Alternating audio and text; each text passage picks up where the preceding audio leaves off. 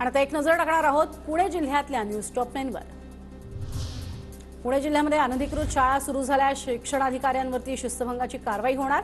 विद्यार्थी, पालक आणि शासनाची फसवणूक होत असल्याने सरकारचा निर्णय। नवीन वर्षात पिंपरी ते निगडी मेट्रोचं काम सुरू होणार। प्रशासनाचं 130 आठवड्यात बांधकाम पूर्ण करण्याचं नियोजन। पुण्याच्या नांदेड सिटीमधील रहिवाशांना 40% सवलत न देता मालमत्ता कराची देयकं। पुणे महापालिकेला नियमाचा विसर, 12,000 सदनिकाधारकांना फटका बसणार। पुण्याच्या वेल्हा तालुक्यामध्ये पाबे ते पुणे मार्गावरील खड्ड्यांच्या विरोधात मनसे आक्रमक। बांधकाम विभागाने रस्त्याची दुरुस्ती करण्याची मनसेची मागणी। पुणे नाशिक महामार्गावरती ऊस वाहतूक करणाऱ्या ट्रॅक्टरचा अपघात, ट्रॉली रस्त्यावरच उलटल्याने मोठी वाहतूक कोंडी।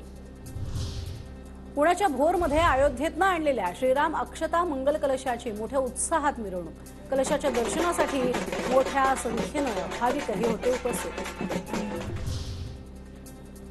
पुण्याच्या भोरमध्ये आमदार संग्राम थोपटे यांच्यातर्फे कृषी प्रदर्शनाचं आयोजन। जगातील सर्वात बुटकी पुंगनूर जातीची गाय ठरती कृषी प्रदर्शनाचं आकर्षण।